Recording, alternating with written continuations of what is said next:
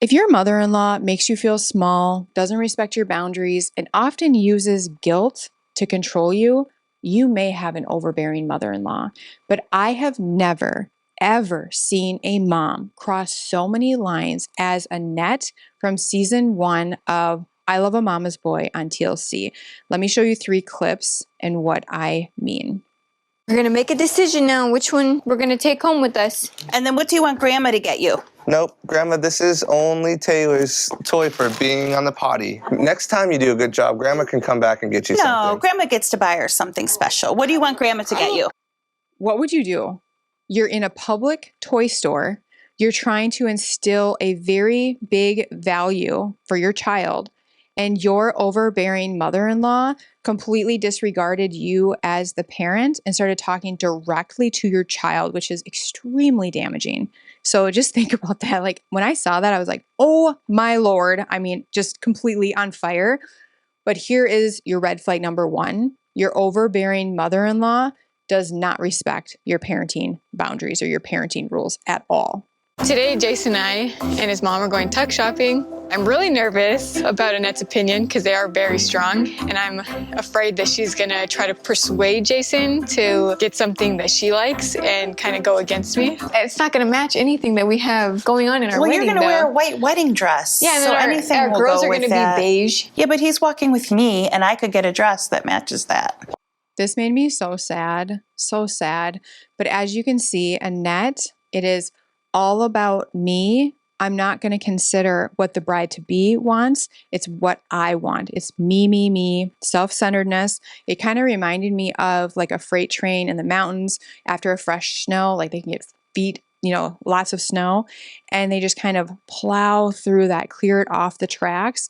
It's like that. She was just plowing through any resistance.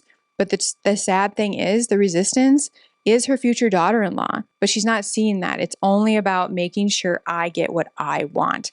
Now, the final clip is going to take us back to the toy store. This is after both Justina and Jason stood up to Annette. They let her know, no, it's just one toy. We're teaching her this valuable lesson, and you are going to see something probably very familiar. This is what comes out once they truly get backed into a corner. Well, I'm getting really upset because since before Taylor was even born, we have been there for you guys to help you, support you, want to be there for you guys. I feel like every time we're together now, Jason just criticizes the way that I'm a grandma. So using guilt as a way to get what they want is very effective. Sadly, it's very effective. And it's effective for a couple reasons. Number 1, it takes any accountability off of them. They don't have to be accountable for whatever behavior they had leading up to that moment. And also 2, it makes the other person, you or your partner, feel so bad for leading them to tears. And plus what they're saying, like, we've always been here for you. Why are you treating me like this? Why are you making me feel this way? And if you're starting to feel bad for putting them like in this position, you're more likely to make it stop, make the pain in yourself stop, make them stop crying, and they're going to get their way. So one tip I want to say right off the bat, if you find that your overbearing mother-in-law uses tears or guilt trips or any type of emotional manipulation quite frequently, it's chances are she gets her way by doing that. So she's getting a positive reinforcement. So how you stop that behavior is making sure she doesn't get her way when she uses or plays that card. All right, so to start things off, I want you to know we're going to cover a lot today. This is going to be a very, very valuable masterclass in overbearing mother-in-laws. We're going to look at the top 7 signs of overbearing mother-in-laws. We're going to look at the psychology behind her behavior, and we're going to look at boundaries. You might be thinking, oh, why are we talking about boundaries? You already said in the beginning she doesn't respect any of them, so why do we really waste our time? I'm going to show you that you're probably like me, where for 30 years I did boundaries all wrong, and that's why, like, I thought, my family just didn't respect our boundaries, but we were actually doing them wrong. So I'm going to teach you what a boundary actually is, and then together we're going to write scripts. So you're going to have, by the end of this video, this is going to be kind of like a mini clinic writing boundary scripts that actually sound like you. So if you are a sensitive peacekeeper, you don't want to cause family drama, you don't want to cause blowups, like that's a big concern for you, this is for you. Trust me. You are going to have 7 done for you, like copy and paste scripts that you can use today by the end of this video. Plus at the end, I'm just going to walk through a few tips just to save your sanity, because this is a lot on a couple, like a lot of pressure. So to start off, I think it's really important that we are all on the same page. So let's just look up what is an overbearing mother-in-law. Let's just look up the definition. Even though we just saw Annette, and that was a very good example, I just kind of want to get on the same page with the definition. So an overbearing mother-in-law is a parent of a spouse who frequently interferes in your relationship and or your family life, often in a negative, controlling way. She might try to control decisions, offer unwanted advice, or make you feel inadequate. This can lead to conflict, stress, a strained relationship between you, your spouse, and your mother-in-law. So it's very important, the work that we're doing today. I also want to show you that you're not alone. I took some comments that I see very often in my comment section just to help you feel, like you're not so alone. So each time I see something like this, I'm like, oh, they have an overbearing mother-in-law. My mother-in-law stops over unannounced no matter how many times we say call or text. We say no candy. She says grandma's rules are way more fun. According to my mother-in-law, I boil noodles wrong. She's always giving me helpful suggestions. My mother-in-law pitches a fit if holidays aren't spent at her house. And then one more page. My mother-in-law goes around me when I say no. She guilts my husband and gets her way. I can't say no to my mother-in-law. She makes me feel like the worst person. My mother-in-law shares our news before we can. Pregnancy, gender reveal, birth, promotion. It's so bad. My mother-in-law uses guilt to control me. I'm soft-natured and she uses it against me. So hopefully now you're kind of getting a good sense. So we got to see it in action with Annette. We looked up the definition together. You know what's coming, and now you don't feel so alone, just kind of seeing what the community also goes through. Let's take a look at the 7 signs to see if you have an overbearing mother-in-law. So here, before we even get started, you're going to see that there's an example under each one. We're not going to talk about those yet. We're going to come back to that and write a script for each one. So if you peek ahead and you say like, oh my gosh, that's exactly what my mother-in-law does, stick around, because you're going to get a script that you can copy and paste and send today for that situation. So number 1, she is always around and does not give us space. Number 2, she breaks your parenting rules. Number 3, she makes everything about her. Number 4, she goes around you to your partner. Number 5, she uses guilt to get her way. That's emotional manipulation. And number 6, she doesn't follow any boundaries. And what you're going to realize is that we're just doing boundaries wrong. Like, she doesn't have to follow your boundaries. And number 7, she criticizes or puts you down. So now that you can see the top signs for an overbearing mother-in-law, if you are feeling like, yeah, that's my mother-in-law, first of all, I'm sorry, because there is a lot of pressure on you, and I'm so glad you're here, because after this video, you are going to feel a lot better, because you're going to have a lot more resources and tools, plus all these scripts. But before we continue, I am a big believer that it is important for us to understand everybody. Like, I think it's important even to understand our overbearing mother-in-law, because I don't believe she's doing it out of malice. I believe her controlling tendencies are coming from like deeper concerns. So let's look at that together now. And it's not to excuse her behavior. It's not to excuse what she does to you. I know some of the things that an overbearing mother-in-law can do is extremely painful, and it's a lot of stress and pressure on a growing family. However, understanding where she's coming from builds compassion, empathy, but it also sets you up to have the proper expectations of her so that you're not breeding resentment in your relationship. Okay, so now, I already put the iPad on, and I'm just going to switch my pens here. So if you're just listening and you can't see, I am just drawing out a question mark on the iPad, and we're just going to draw out just the psychology of what's going on behind her behavior. Number one, why does your mother-in-law, your overbearing mother-in-law, do what she does? She is insecure. She's insecure. Oftentimes, she is tethered to her role as a mom, and she doesn't want to feel her adult child pull away.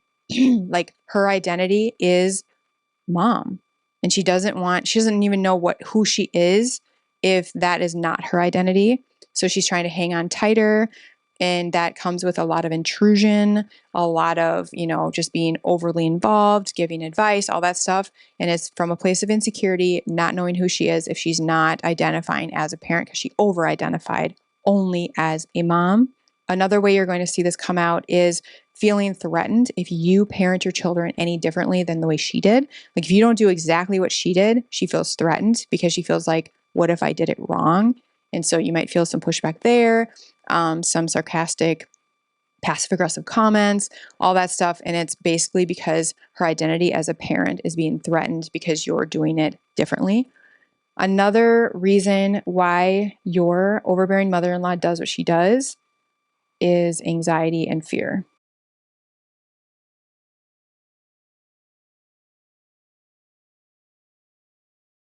So for me, we have a fear, then our body exhibits the symptom of anxiety. We start to feel really uncomfortable, and then our brain says we got to do something because this feels really awful.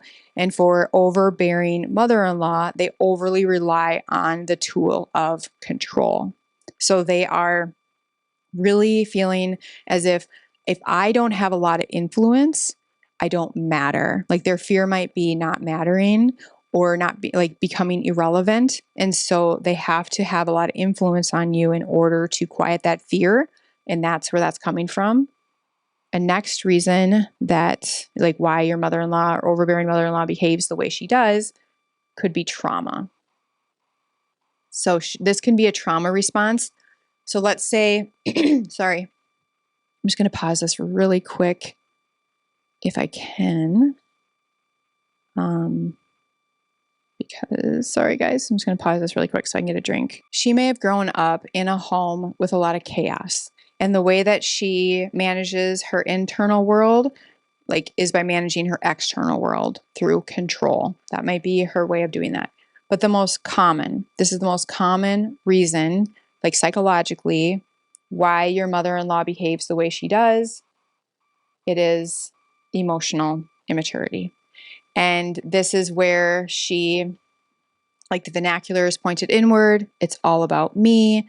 There is a complete lack of accountability. You rarely get an apology, if ever. It's definitely not sincere. And they definitely, their feelings rule their world. Emotional immaturity definitely is the most common psychological reason why your mother-in-law is so overbearing. So now that you understand the top 7 signs, you understand the psychology behind her behavior, we get to go to the fun part. We get to now talk about boundary scripts. So before I do that, I have to make sure you understand what a boundary is, because I had it so wrong. I used to think a boundary was about controlling somebody else. And since I'm not a controlling person, how could I ever set a boundary? And I'm not selfish. I'm not mean. I'm just a good person. I want to just be good to people and be really nice. So boundaries were never a thing for me. Turns out I had it all wrong. Turns out a boundary is completely all on me. It has nothing to do with the other person. That is why I said, even if your overbearing mother-in-law does not respect any of your boundaries, it doesn't matter. Woo! Isn't that freeing? It feels so good. It doesn't matter. She doesn't have to respect it because you're in full control. A boundary, news to me, I did not know this. A boundary is words that you communicate. This is our limit, just in case you want to respect it, plus action in case they don't. If they don't respect it, this is the action I will take to mind my boundary. So you're going to see a lot of, actually, we don't talk about minding it in this video, but I have a lot of videos talking about it. Plus, if you want a plethora of examples on how you mind your boundaries, in Managing Overbearing Parents and In-Laws, the book I wish I had before we blew up our family with our 2-year estrangement with my in-laws. That has over 70 different scripts, like just done for you scripts using this framework, plus how you manage or mind your boundary after the pushback. So you can definitely grab that, and I'll put that link in the show notes below. Okay, so now we have that. Now we're going to get to the framework. And the framework that we're using is from the Clear formula right here. Actually, I'll just grab it just in case. So if you have it, which a lot of you do, thank you so much for your support. Oh, I opened right to it. We are going to be working from page 38. So if you want to turn to page 38, I'm going to walk you through what CLEAR stands for, and then we're going to go back to the 7 signs that your mother-in-law is overbearing, and every example, we're going to build scripts together. So if you saw an example under there where you're like, oh, yes, this is her, you're going to have a done for you script in just a little bit. Okay, so going back to the iPad, I'm going to walk you through what the CLEAR formula stands for. And if you're like, oh girl, I know, just fast forward. But somebody might be new here, so we just can't assume.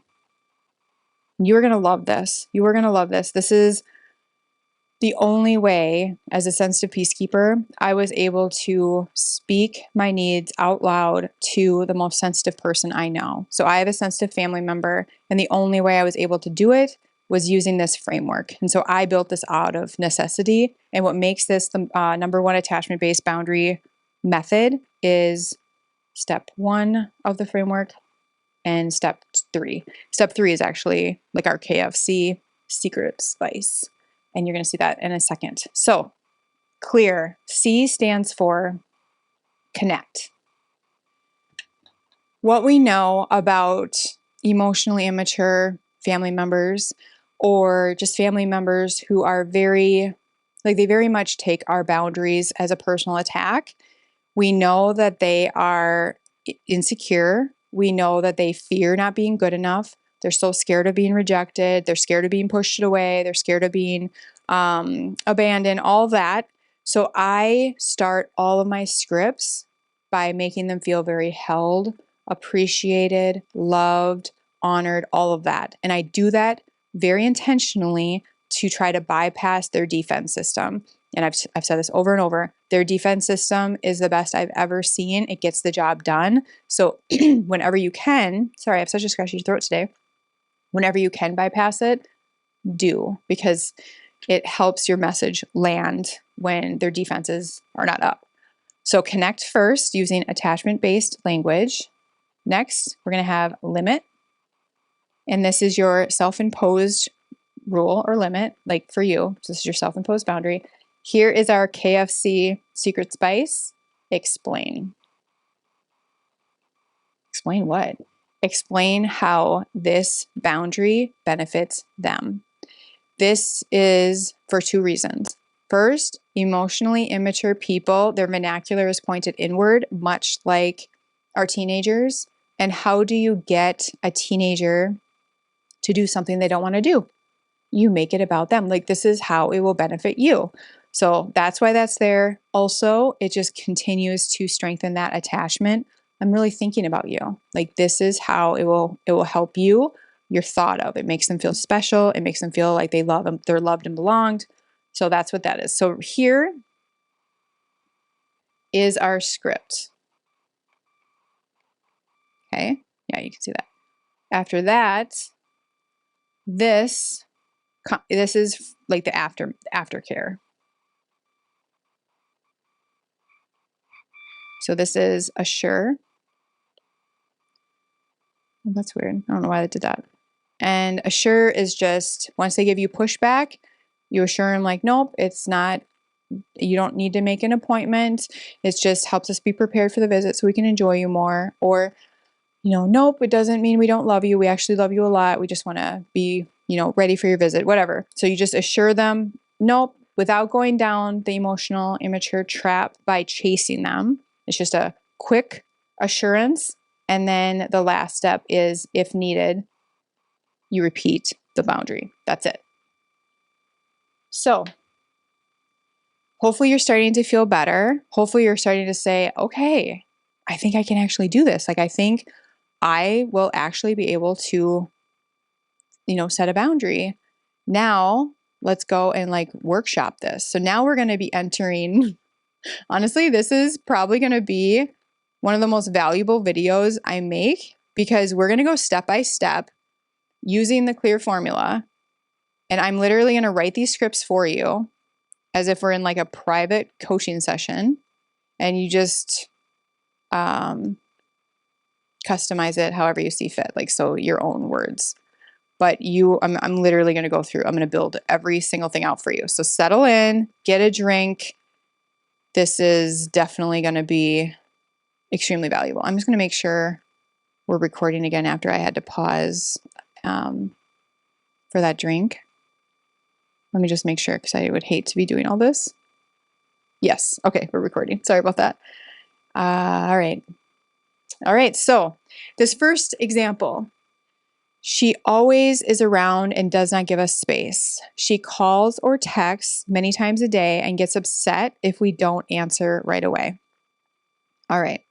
So this is what I would say. If this were happening to me, this is what I would say. So she calls or texts many times a day and gets upset if I don't answer right away. So I would say, oh, because by the time I see my phone, I've already noticed like she's pissed, right? So I'm responding to that, but I'm not going to respond to her upsetness. Like, oh, I see I missed some calls and texts. I am always so grateful that you keep me in the loop. Just a heads up so you don't worry.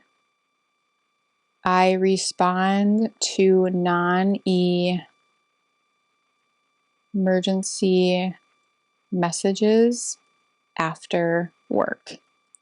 That way I can take my time responding, and I don't send a quick message and then ghost the thread. All right, let me see if that sounds like me. Oh, I see I missed your calls and texts. I am always so grateful that you keep me in the loop. Just a heads up so you don't worry. I respond to non-emergency messages after work. That way I can take my time responding, and I don't just send a quick message and then ghost the thread. So that's what I would say. So I'm gonna give the connection first. So attachment-based language. Again, like, I'm so grateful that you keep me in the loop. So I'm not being like, oh, I'm so sorry I upset you, blah, blah, blah. No, I'm not going to even respond to that. That's very immature behavior. Just like a kid, you wouldn't respond to it. And then I'm going to state my limit. Just a heads up, so you don't worry. I respond to non-emergency messages after work. Then I will, this is how it benefits you. Because when I have more time, I get to, make my response a lot better, and I don't just harshly respond and then ghost the thread. So if you need some dialogue or have follow-up questions, I'm basically available to you. Here's where you're going to get possible pushback, and she might say, oh my gosh, it's not that big a deal. I'm asking for a quick reply. Like, you don't need to be making this a big deal. And then I would say, I understand how that can get frustrating. So I'm hearing her. I'm like letting her know I acknowledge that you're frustrated and I'm hearing you. I understand how that can get frustrating. Again, I respond after work, so I'm more present and can take my time with you. Let's see. I respond after work, so I'm more present, less distracted, and can take my time with you. So you can see how I'm not playing into anything she's saying. I'm not going down the rabbit hole of chasing her. I'm just letting her know, repeating the boundary. This is what I do. I respond after work hours. What she does with that is up to her. But I stay calm the entire time. I'm very loving, and I'm not chasing her and not like apologizing, nothing like that. So hopefully just right out of the gate, you can see, oh, this is actually way different than I've done before. Like this is so much different because maybe a boundary to you might have said, don't call me during work hours. But you can't control that. Your overbearing mother-in-law might even like amp it up if you say something like that to her. I mean, maybe because sometimes people do, like if you set a limit, you might see a spike in their behavior because they're trying to test the limit just like a toddler would. So yeah. So anyway, that's number one. If you want to take a screenshot, you can customize it on your own. And we're going to move on right away because we got a lot to get through. All right. So she breaks your parenting rules. You say no candy and she gives candy anyway. So let me build out the framework here. So connect, self-imposed limits, explain the benefit, assure, repeat if necessary. So here's what I would say. You are such a fun grandma. She literally squeals when we say you're coming over. Let's see. I'm just going to keep saying just a heads up. Just so we're on the same page. No candy before dinner. That way she eats whole foods, skips the tummy ache, and we don't have to end the visit early. But I know this is a special, so you can just, that could be it. I'm going to add this because I can tell if this grandma is saying this, you know, like my rules are better or my rules are more fun. I can tell. So I'm adding this to sweeten the deal, pun intended. But I know this is a special tradition for you two. So I'll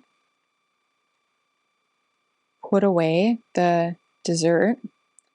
And after she finishes her food, you can surprise her with grandma's special treat.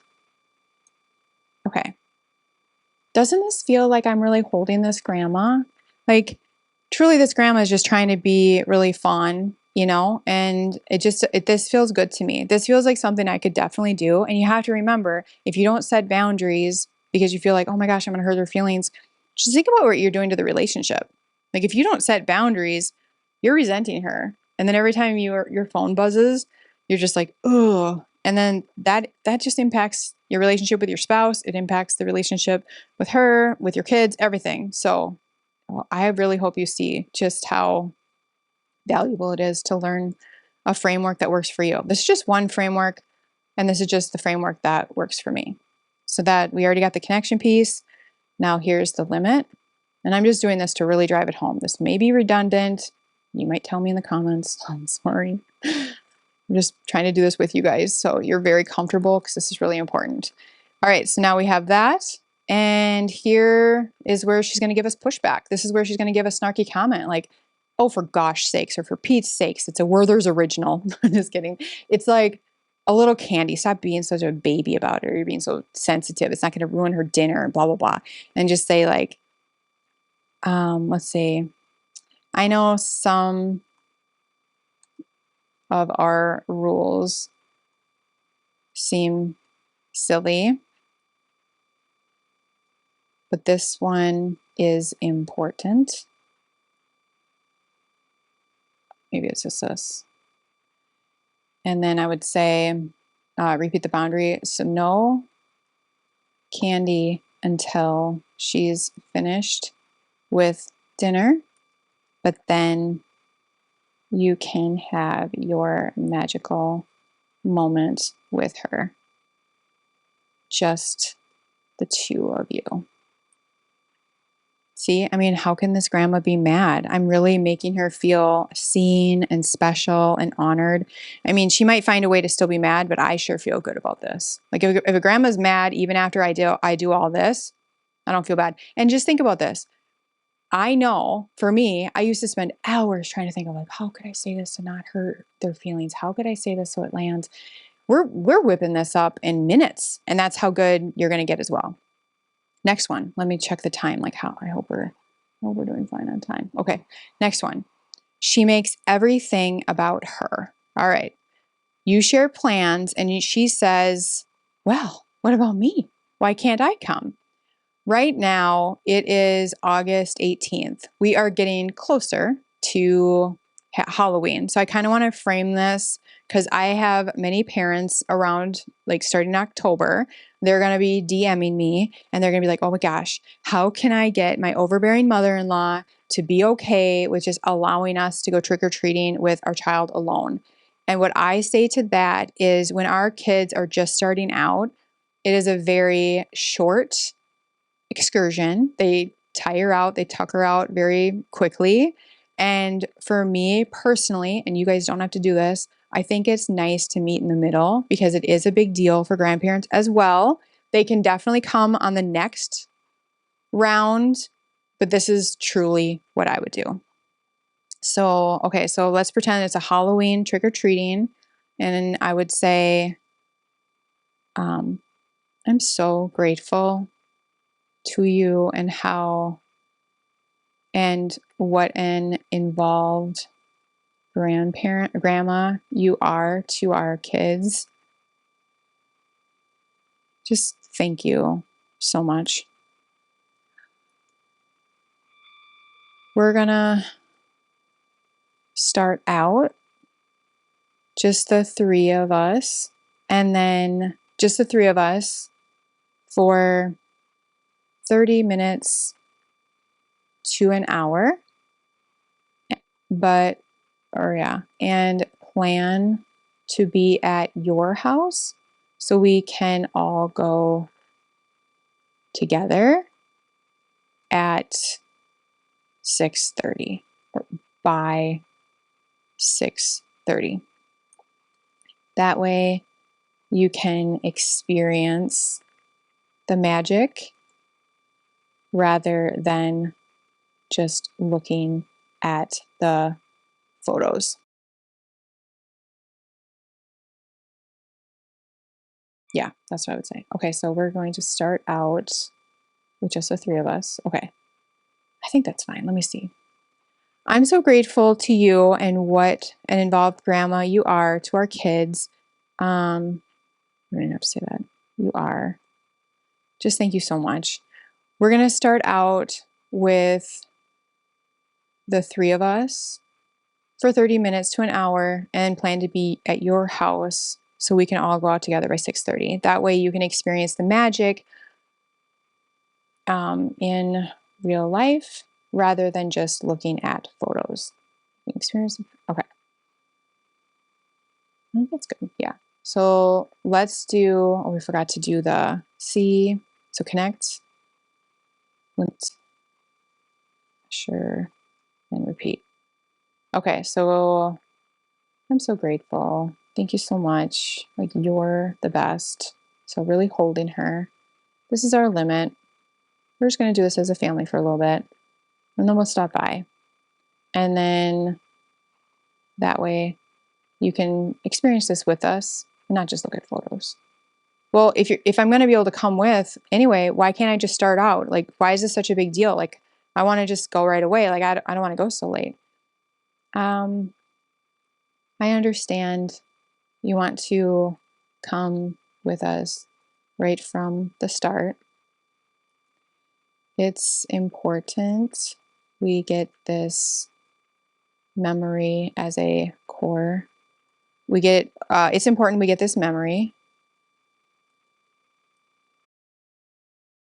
But we will be at your house to pick you up no later than 6:30. Want to be with us. It's important. Okay, so I understand you want to come with us from the start, and it's important we get this memory, but we will be at your house to pick you up no later than 6:30. All right, so there's that one. I want to do one more just so it's a little bit more general. So screenshot this. I'm going to delete this in 5, 4, 3, 2, 1. All right, so delete. And let's just do one more for this one because this is a very common one. Minutes. Explain the benefits. Sure. Repeat. All right. So let's do, you guys are just going to go do an escape room or something. You just want to do, or no, a pumpkin patch. You want to do the pumpkin patch. You want to get your family photos and you don't want your mother-in-law to be around. Like she's always over, always, you know, in your business. You just want to have this memory. This is what I would say. We're so grateful to have you close and want to, we're so grateful to have you close and able to be a part of making so many memories with us. Ooh, we're gonna stick to the plan, but how about we get together next Sunday for something special? Let's see, but how about we get together next Sunday and make a special fall memory? That way, the kids have more things to look forward to, and we can find something that we all enjoy. All right, so that way the kids have something, the kids have more things to look forward to, and we can find something that we all enjoy. Yeah.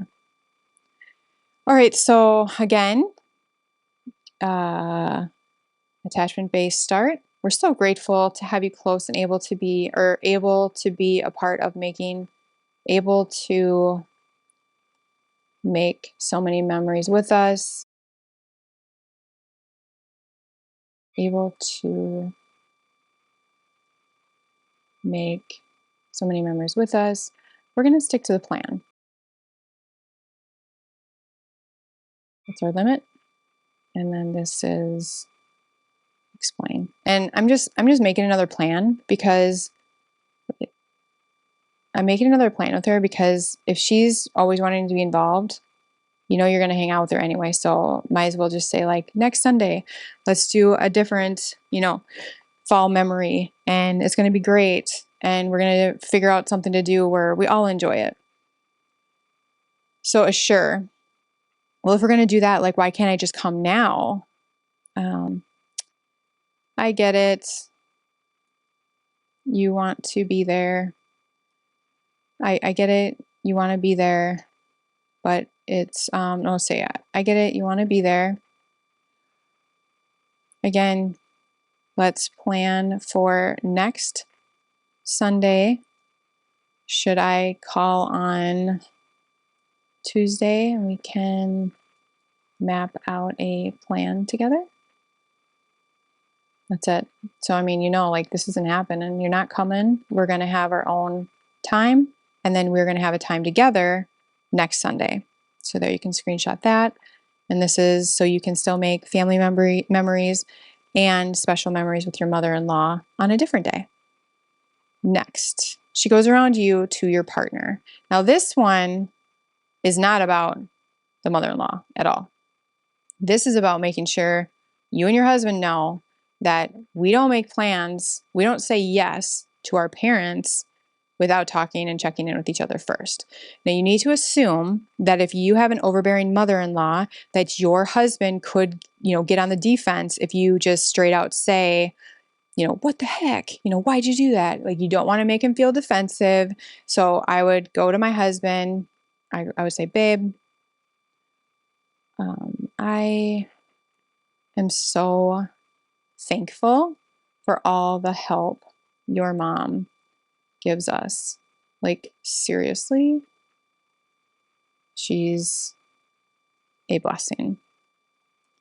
Do you think going forward we could agree to check in with each other before saying yes to either your mom or my parents? That way, we are always on the same page, and I never have to worry about your mom going behind my back to get her yes, since I did already tell her no. Or no, let's see. That way we're always on the same page, and I continue to feel respected by your mom, and want her to be close. That way we're always on the same page. I continue to feel respected by your mom and want her to be close. All right, let's see. Babe, I'm so thankful for all the help your mom gives us. Like, seriously, she's a blessing. Do you think going forward we could agree to check in with each other before saying yes to either your mom or my parents? That way we are always on the same page. I continue to feel respected by your mom and want her to be close. So here is the attachment-based language. Here's the limit we're going to agree upon. And here is the benefit. So here's the benefit. So look at how, if I don't feel respected by your mom, I'm not going to want her to be over as much. That's very, very clear here. So then he's going to be like, what? I'm going to have to ask you for permission now whenever my mom calls me? That's weird. Like, what are you talking about? No, not permission. Just a check-in. Just a check-in. I don't know if it's like this. Think of it like a consideration and preventing resentment.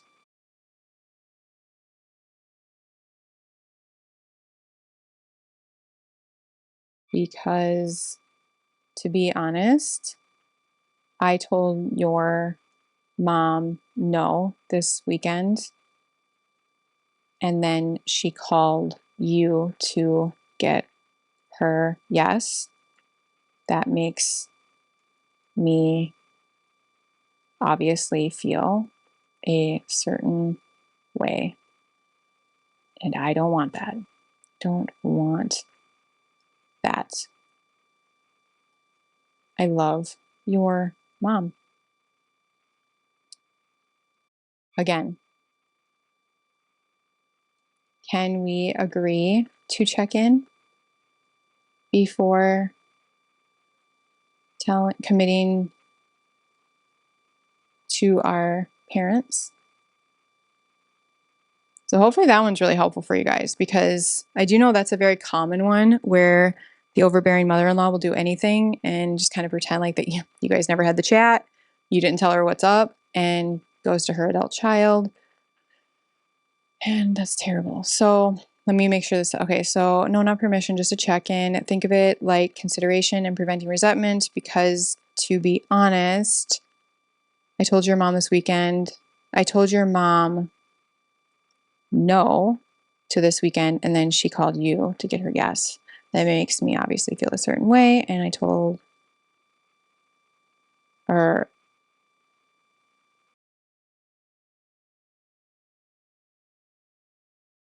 and I don't want to be upset with your mom.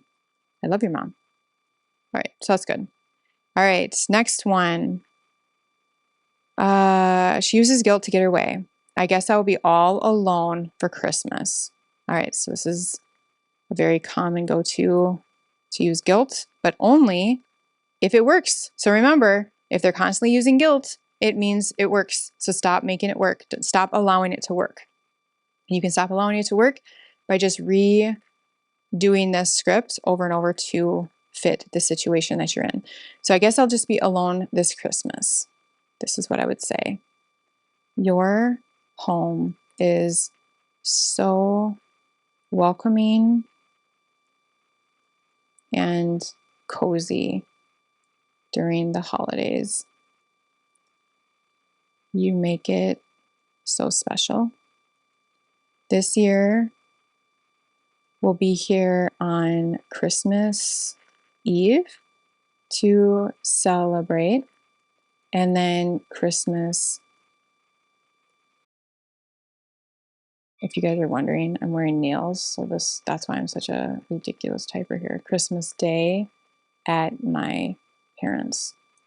Okay, so this year we'll be here on Christmas Eve to celebrate, and then Christmas Day at my parents'.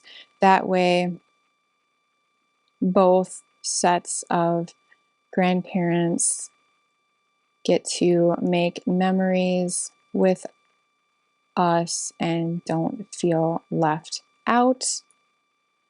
Would you like me to make your favorite monkey bread again this year? I just added that because I think that's a nice touch. All right, so here's the boundary script. Making sure you can see this. So she uses guilt to get her way. All right, so your home is so welcoming and cozy during the holidays. You make it so special. That is our connection attachment-based language first. This year we'll be here on Christmas Eve to celebrate with you.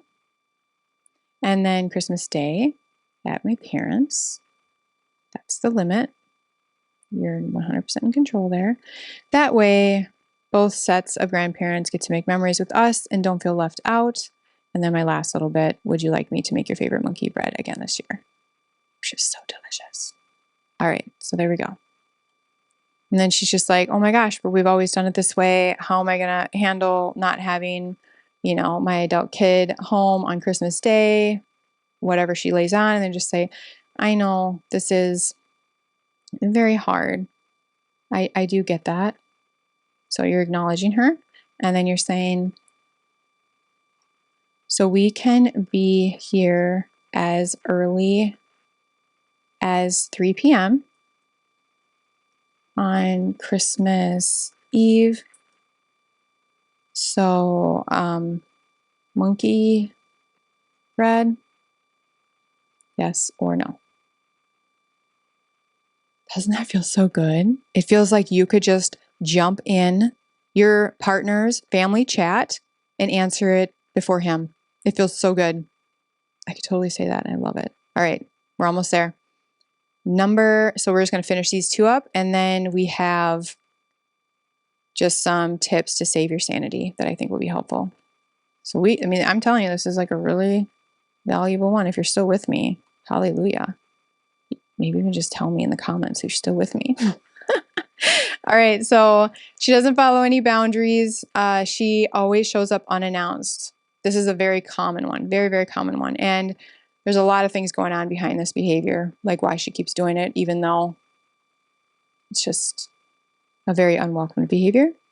So the boundary script is, we're so grateful that we live this close and can see each other as often as we'd like. I don't know. We like or we liked. Speaking of which, can you give us a quick heads up before popping over?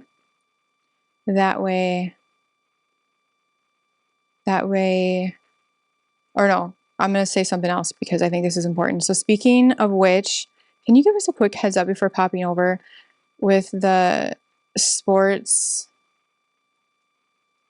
my work project and taking care of the home, I'm feeling more distracted when you're over, and I hate that feeling.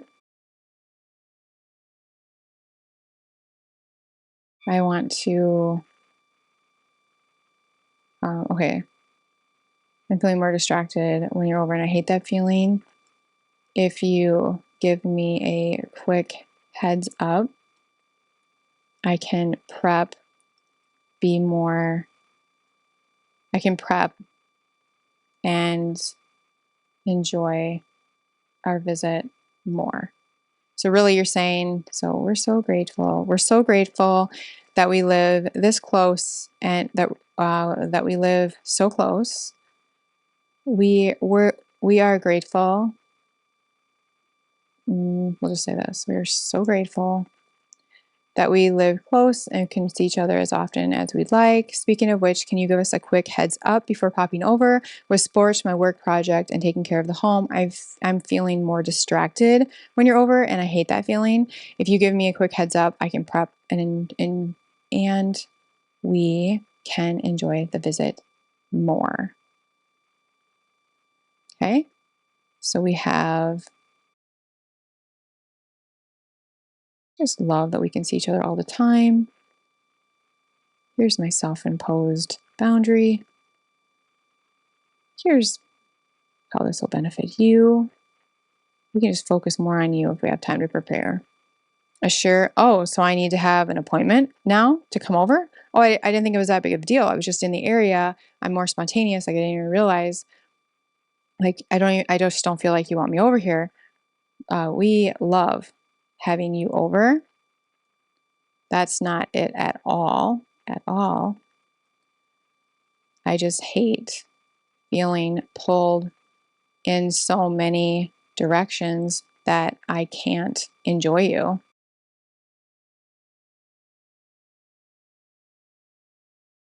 So even a call or quick text would make a huge difference. No arguing, just repeating. No following her down the rabbit hole, just repeating. It's very nice. All right, so this one is going to be a little bit different. Let me get this framework up. Why are you doing this? I don't want you to be. It's going to do it now or forever.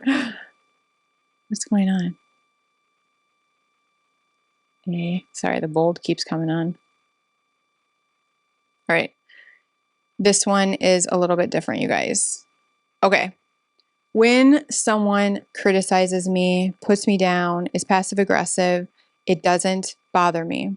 And it doesn't bother me because I see it for what it is. I see it for a hurting person, someone who feels insecure, someone who feels like they're losing their position in this world, feeling threatened, feeling like they're disappearing, they don't matter, all this stuff. And I have a lot of empathy for that because I firmly believe you only say hurtful things when you're hurting. And so if you can get to that place, your mother-in-law won't be able to hurt you anymore. So that is what I do. I don't draw any attention to negative comments. I just let it go because I just know it's not about me at all. It's about their own suffering, their own insecurity, their own fears, their own feelings. It's not about me. But should you need to, because you're like, wow, that's great, Mother Teresa, but I can't do that. All right, let's do a script. But I'm just letting you know, I don't even pay attention to this stuff. And hopefully you can get to that place too, where you're like, there's no power. Her words have no power over me because I know it comes from a place of suffering.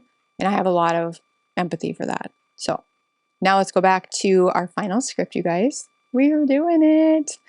Okay, so the mother-in-law comes in. This place is a mess. What do you do all day?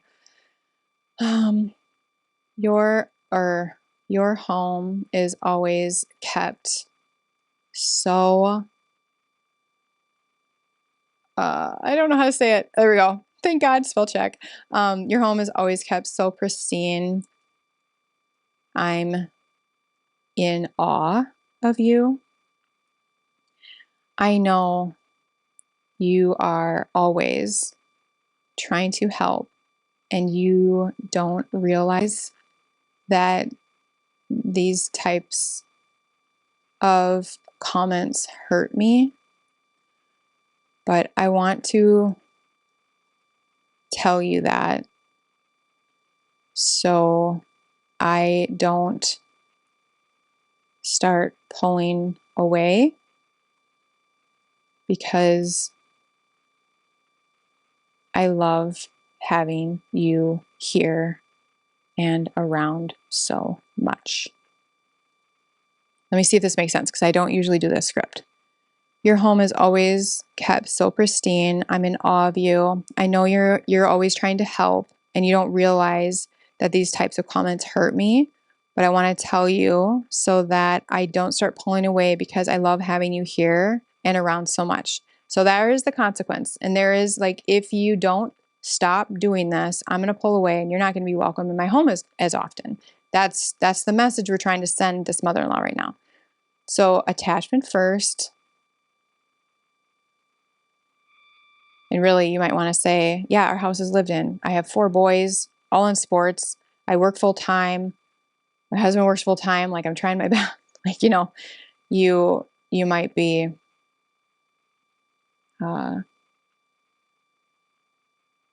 wanting to say that, but that's not going to land for her. So just give her a compliment instead, because she's hurting and miserable. That's why she's saying such a thing. All right. And explain the benefit. Basically, you're going to still be welcome in my house if you can stop this. And again, I don't actually address this, but this is just for you in case you need it. Assure, this is where she's going to be like, oh my gosh, don't be so sensitive. I was just making a comment, like it's not that big a deal. I know, again, you're trying to help. So I'm just kind of acknowledging that she's, brushing me off. But if you could not say such things, I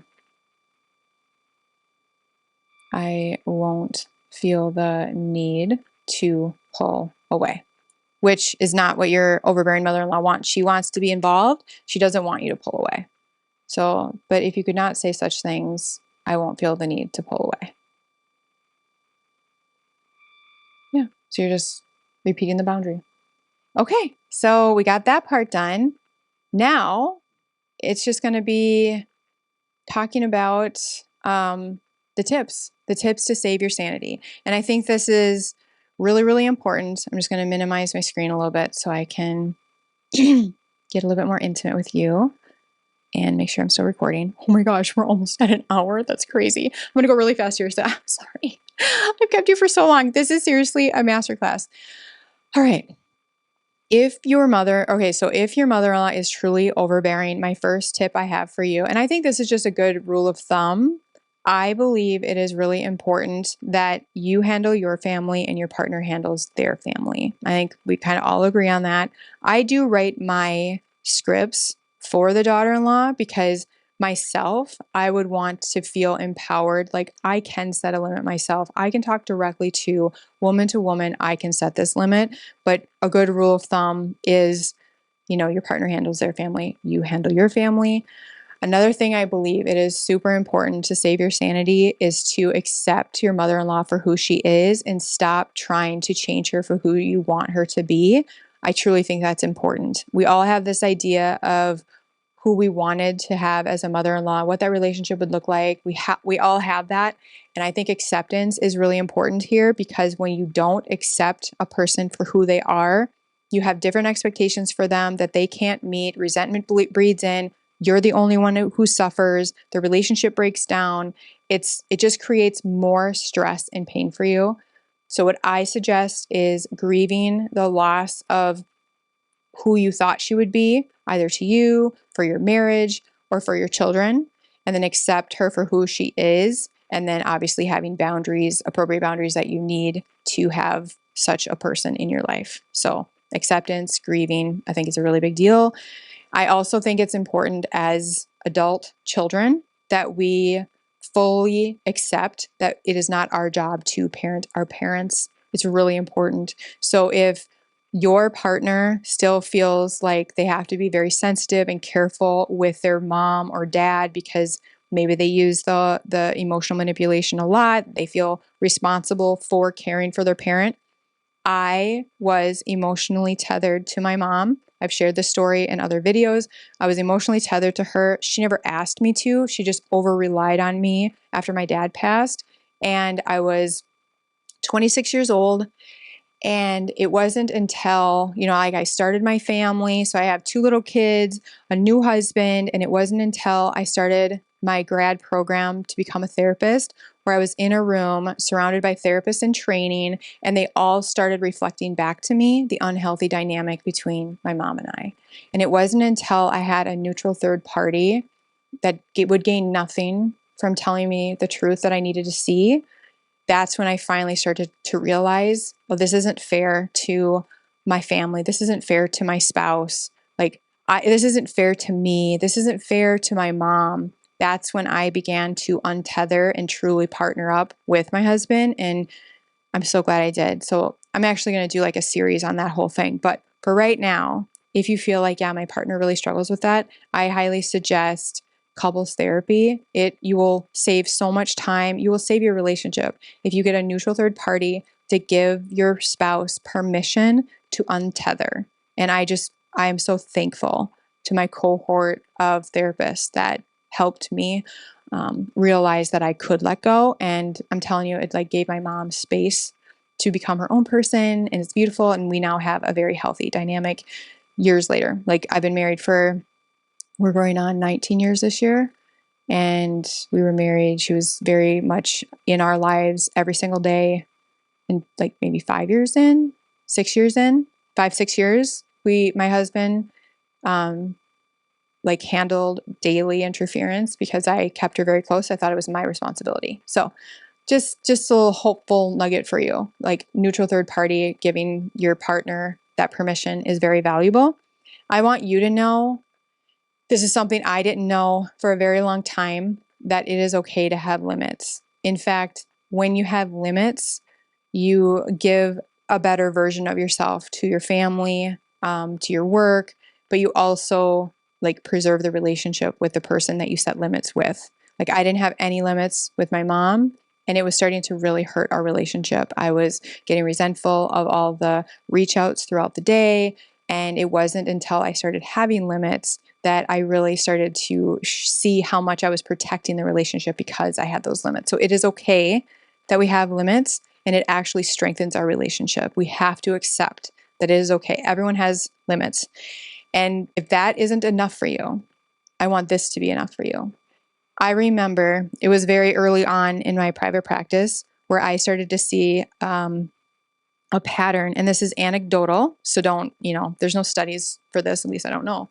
But anecdotally, I started to see a clear difference between the teenagers I would work with who had parents that modeled healthy boundaries and teens who had parents that did everything for them and that did not have boundaries, didn't say no, were walked all over.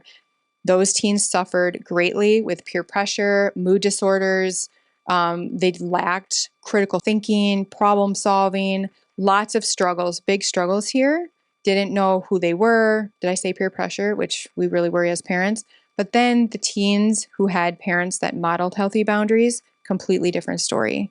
They were leaders. They had really good self-care practices. They wouldn't stay up all night studying. They would do it just enough, but they would still take care of themselves. They didn't fall under peer pressure. They struggled less with mood disorders. So once I really saw that, I really started to believe in the whole, your kids follow, or their kids are really watching what you do, less on what you say. So I really hope that lands with you and you really are like, oh my gosh, that is very motivating to me. I want to make sure I'm raising really healthy children. Then you have to start modeling healthy boundaries. And now it's really possible, which is amazing, right?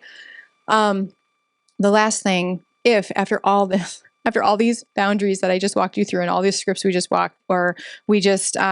worked up, if you feel like I want more, I want more of this. I want to have a better understanding of what I'm dealing with managing overbearing parents or managing overbearing mother-in-law. I wrote a book on it. So my husband and I, we went through a lot in terms of not being seen as parents, leading to a lot of resentment, which ultimately led to a sad, unfortunate break in our family. It ruptured. We had a 2-year estrangement. We've healed and reconciled, but all that could have been prevented. I poured all that into managing overbearing parents and in-laws. So it is a book that I wish I had years ago before we blew up our family. It's kind of my love letter to you. We talk about emotional immaturity, how to spot it, how to get on the same page as your partner, not a replacement for therapy, how to heal without an apology, because emotionally immature people can't. It's not a choice. They can't put themselves in your shoes and give you the genuine apology you deserve. So healing without an apology, plus you get over 70 done for you scripts like we just did. So 70 of the most commonly requested boundary questions that I get in my DMs and the emails, all that are packed in this book, plus how you mind your boundaries. So that's one thing we didn't get to. Maybe I can do a part 2 on this where we walk through how you mind each and every one of these 7 things that we went through, but I got to stop because my throat is getting so scratchy. But if you want to learn more about boundaries, more examples, I will see you in the next video. We'll talk through the clear formula again in more depth, and we'll cover just emotional immaturity, what that looks like, and just how having a better awareness of that helps you manage your expectations. Thank you so much for sticking with me, and I hope to see you in the comments and tell me all the things you learned with this very long video. Bye.